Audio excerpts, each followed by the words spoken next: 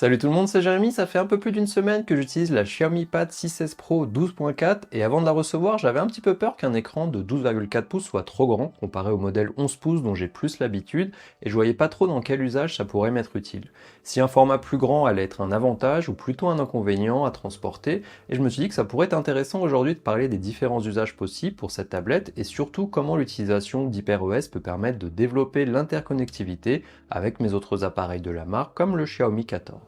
Si vous voulez en savoir plus sur le design, les caractéristiques, je vous remets le lien vers la vidéo unboxing en description. Pensez à vous abonner et on commence par le premier usage. Le premier usage auquel je pense pour un appareil de cette taille, c'est tout ce qui est lié à la bureautique, prise de notes, répondre à des emails, faire des recherches, appels vidéo, car 12,4 pouces, ça se rapproche pas mal des 13 pouces qu'on trouve sur des appareils ultra portables qui pourraient tourner sur Windows ou macOS et qui seraient habituellement utilisés pour ça, mais pour un usage à la maison ou en tant qu'étudiant, ça peut faire doublon d'avoir une tablette plus un ordinateur portable et coûter moins cher d'avoir un appareil qui fasse les deux. En plus, la Pad 6S Pro a un écran au format 3,5 qui permet d'avoir plus d'espace sur le bas, pratique pour ouvrir des pages web, des tableurs Excel ou pour de la rédaction de texte.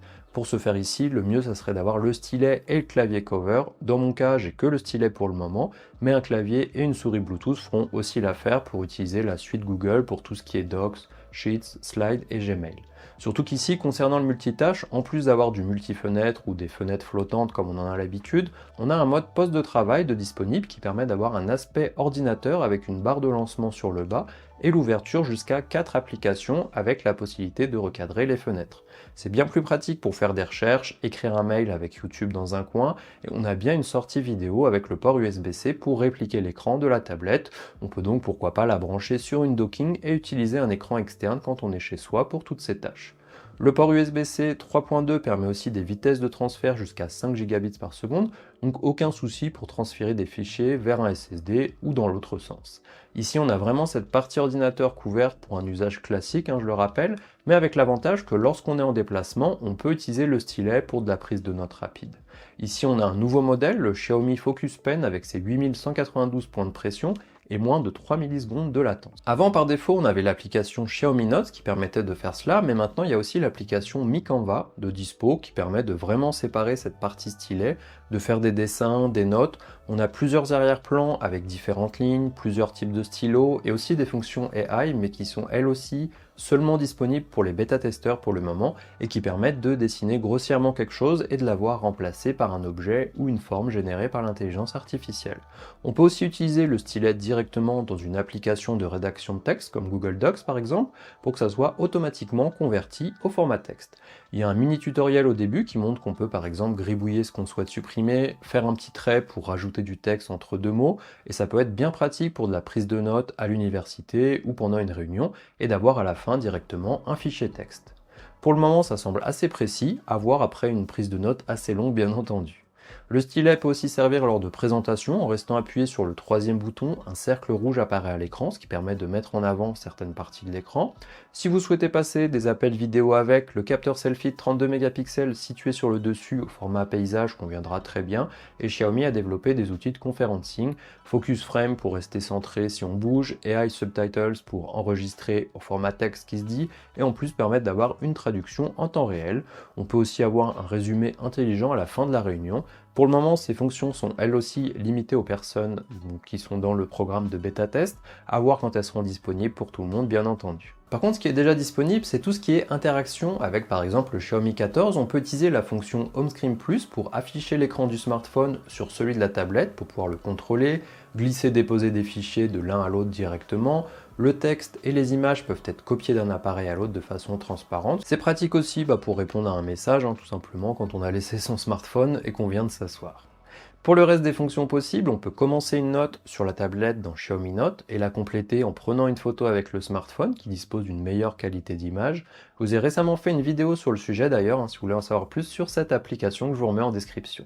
La tablette ne fait pas 4G ou 5G si on se déplace, mais par contre on peut initier l'utilisation du partage de connexion du smartphone directement depuis la tablette. Ça enlève quelques étapes à faire pour démarrer le partage de connexion et pour continuer dans le transfert de fichiers, il existe une fonction tap pour partager utilisant le NFC. Il suffit de toucher le coin de la tablette avec son smartphone pour initier le transfert. Tout ça réduit les frictions quand on veut faire fonctionner les appareils ensemble et c'est toujours bienvenu, d'autant plus qu'on devrait avoir de plus en plus d'appareils utilisant HyperOS comme les smartwatches, les voitures, les tablettes, les téléphones, et vu le nombre de produits que Xiaomi propose, plus ils sont interconnectés, mieux c'est.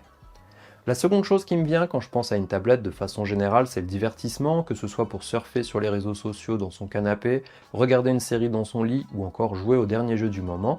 Et forcément, un plus grand écran est plutôt positif pour ces points-là. Même en la tenant un moment à bout de bras, elle reste assez fine et pas si lourde que ça, avec ses 6,26 mm et ses 590 grammes.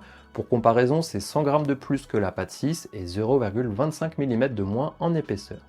Un point à prendre en compte par contre, c'est que la tablette a un format 3,5 et non pas 16 neuvième ou 16 dixième, et en fonction du type de vidéo qu'on regarde sur YouTube, Netflix ou VLC, on aura des bandes noires en haut et en bas de l'écran. Celles-ci seront plus ou moins grandes en fonction du format de base de la vidéo, alors on a quand même plus de surface à regarder au final qu'avec une tablette plus petite, mais on n'aura pas toute la surface prise parce qu'on regarde, mais cela m'a pas gêné vraiment à l'utilisation. En jeu, ça pose pas de souci car le jeu prend bien toute la superficie de l'écran, comme ici avec Call of Duty Warzone Mobile, auquel j'ai pas mal joué dernièrement. On peut y jouer avec les commandes à l'écran, mais ça s'y prête pas très bien sur tablette, même de 11 pouces je trouve. Et avec une manette, je me rends compte que je joue bien mieux, et ça rend le jeu bien plus agréable quand on passe pas son temps à se faire tuer. Surtout qu'ici, on a un écran 144 Hz et le Snapdragon 8 Gen 2 qui permettent de jouer dans de très bonnes conditions. Par exemple ici sur ce jeu, par défaut ça propose de mettre le jeu avec les paramètres en élevé et en 30 fps et on a l'impression de jouer avec une console sur un mini écran au final plutôt qu'un appareil mobile. D'autres avantages sont à prendre en compte aussi, le Wi-Fi 7, même si j'en ai pas à la maison, ça permet de télécharger les fichiers de jeu bien plus rapidement. Les 6 haut-parleurs permettent d'avoir une expérience immersive pour écouter de la musique, jouer au jeu ou regarder un film. Pour moi, la seule chose qu'on peut regretter, c'est l'absence d'écran OLED. Ici, ça sera du LCD. Un très bon LCD quand même, mais c'est vrai que sur cette taille d'écran, les concurrents proposent de l'OLED à un prix plus cher, je le précise, mais ça peut quand même en pousser certains à mettre plus d'argent pour en avoir. Ça sera peut-être le cas sur la prochaine tablette Xiaomi, on l'espère. Un autre usage d'une tablette, c'est pour tout ce qui est créatif au sens large, faire du dessin, éditer des photos, des vidéos, et la taille d'écran permet d'avoir plus d'espace pour faire tout ça.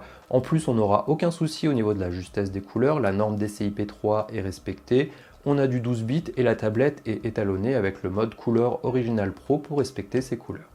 Pour tout ce qui est dessin, comme dit avant, on aura l'application Mi Canva qui permettra de s'exprimer librement avec le stylet. Dans mon cas, je ne sais pas dessiner, donc je ne peux pas vraiment vous montrer ce qu'on peut faire avec, mais je l'ai utilisé pour écrire par exemple la shotlist des choses à filmer sur cette vidéo, au lieu d'utiliser du papier, et ça permet de cocher au fur et à mesure ce que je fais. Pour la vidéo, toujours, on a des fonctions qui étaient déjà présentes mais qui peuvent se trouver encore plus pratiques grâce à la taille d'écran, comme le mode directeur qui permet de contrôler la vidéo d'un appareil connecté, par exemple un smartphone. Celui-là supporte jusqu'à 4 caméras et 4 moniteurs et forcément, si on est plusieurs autour du moniteur, on peut apprécier les quelques pouces en plus. On peut aussi s'en servir pour sauvegarder ses fichiers qui viendraient de son appareil photo ou de son smartphone pour ensuite les sauvegarder sur un SSD, sur le cloud ou tout simplement en éditer une partie. On a de plus en plus d'applications pour l'édition de vidéos mobiles et la tablette est suffisamment puissante pour y éditer des shorts par exemple. Et encore une fois, on a assez de place pour avoir les contrôles et voir ce qu'on est en train de faire. Le principe sera le même pour l'édition de photos, suffisamment de place pour voir l'image et sur le côté avoir les curseurs. Ici le stylet est plus pratique pour faire tout ça, mais on peut le faire aussi à la souris pourquoi pas ou avec ses doigts. En plus de tout ce que je vous ai parlé, il y a des fonctions communes à tous ces usages qui sont bien pratiques comme l'autonomie, avec la batterie de 10 000 mAh et la charge rapide de 120 watts qui permettent de charger la batterie complètement en un petit peu plus de 35 minutes, ce qui est vraiment rapide. Et de façon générale, j'ai été agréablement surpris de voir qu'une tablette plus grande est bien pratique quand je suis en déplacement. Alors bien entendu, j'ai la chance d'avoir un ordinateur portable et une tablette 11 pouces, donc ça permet d'avoir les différents usages mentionnés couverts et même plus. Mais si j'avais envie d'avoir un seul objet, ça pourrait être un bon compromis pour une utilisation classique. Voilà, j'espère que cette vidéo vous a plu. Si vous avez des questions, laissez-les moi en commentaire et on se voit dans la prochaine vidéo.